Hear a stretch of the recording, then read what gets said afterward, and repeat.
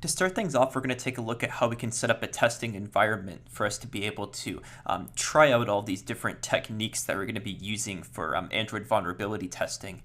This sort of setup is going to be something that will be able to be used with any sort of application that you're trying to test or do vulnerability analysis on. Most applications are going to work in emulators through Android Studio. So if you don't have an actual Android device, you'll be able to access it through Android Studio to be able to at least emulate it. So you can download Android Studio from developer.android.com/studio, this URL right here. And you're just going to go ahead and download the Android Studio version that corresponds to your operating system version. In this case, I'm using Windows. So once that's downloaded, you're going to get this application that you'll be able to run. And essentially, we'll just walk through the installation in this video, and I'll demonstrate how we can set up some emulators that we'll be able to utilize throughout these videos. The Android Studio IDE is also going to come with a lot of different tools that are very valuable for us that will allow us to interact with our emulators and our applications. So we're going to go ahead and hit next. We want to get Android Studio and the Android virtual devices, so make sure both of these are checked up. It will take up 2.3 gigs of space. It doesn't really matter where you install it to, just install it wherever you would usually install your stuff. And then hit on install and it will go through the installation process.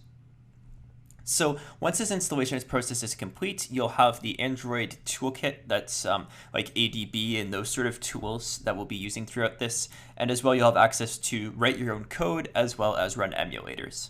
So if you ever want to test specific concepts, Android Studio is a good way to do it because you're able to actually write code inside of it.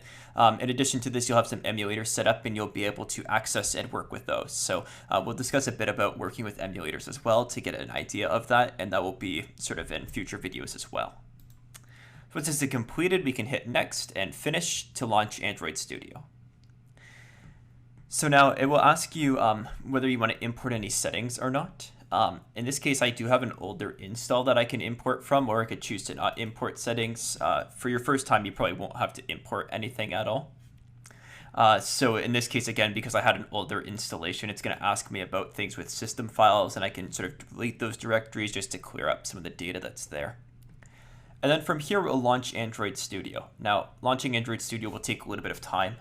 It's an application that typically is a little bit slow, I guess you could say, on a lot of computers. It really depends on your computer. It might take a little bit of time to actually boot up to begin with, so don't be alarmed if it takes some time to start up.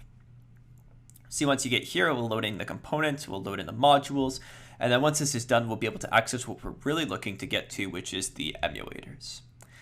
Now, I don't necessarily think that you have to install all of Android Studio in order to get to the emulators, but I think it's good to have the whole thing available. Just that way you're able to have all of the features that come with Android Studio, because there's a lot of helpful stuff inside of it. So you'll see that you'll load into the Android Studio page. Yours might not look exactly like mine, because mine has a current application that's being developed. So yours might look slightly different. However, you should have all these toolbars available to you. And the main toolbar that we're interested in is this one here, which is the AVD Manager. If you don't have access to it through here, I believe we're able to get access to it through the view.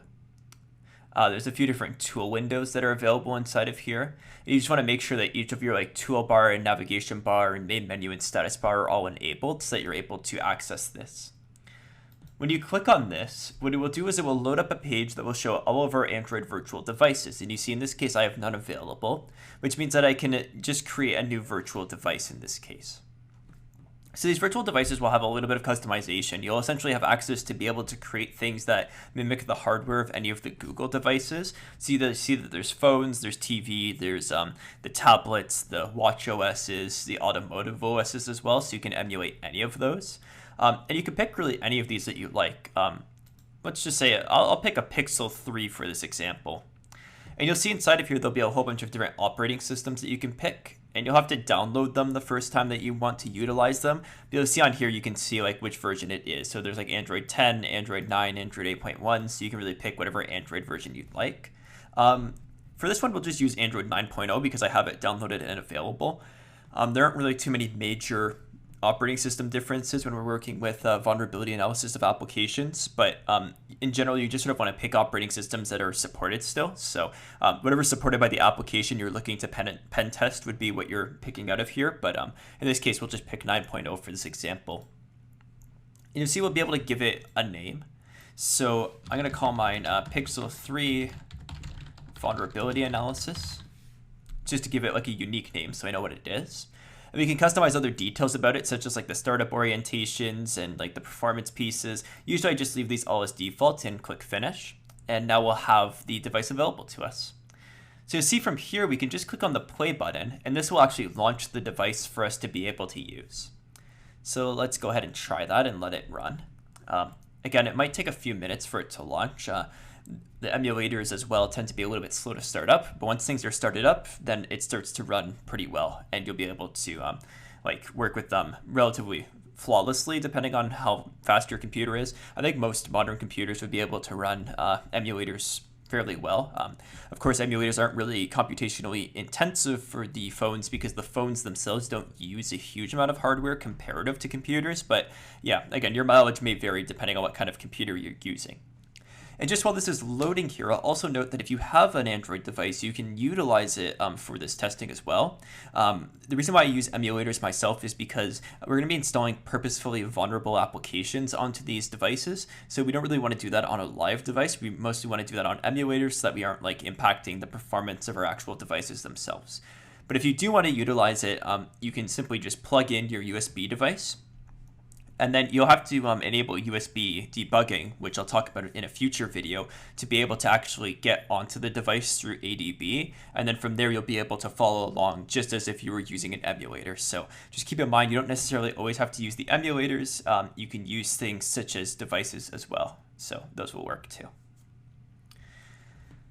So we can tell that this is working and running because the size on the disk is increasing.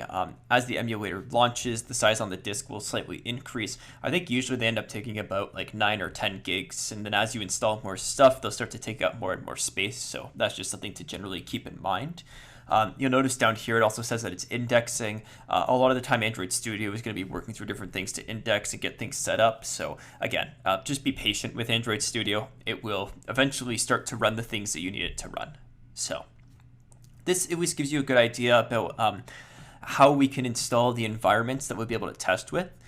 In the next video, we'll take a look at how we can use ADB to shell into a device. And we'll also take a look at how we can then install the applications that we want to work with in these videos. And then from there, we'll dive right into the vulnerability analysis and take a look at the different types of common vulnerabilities that exist.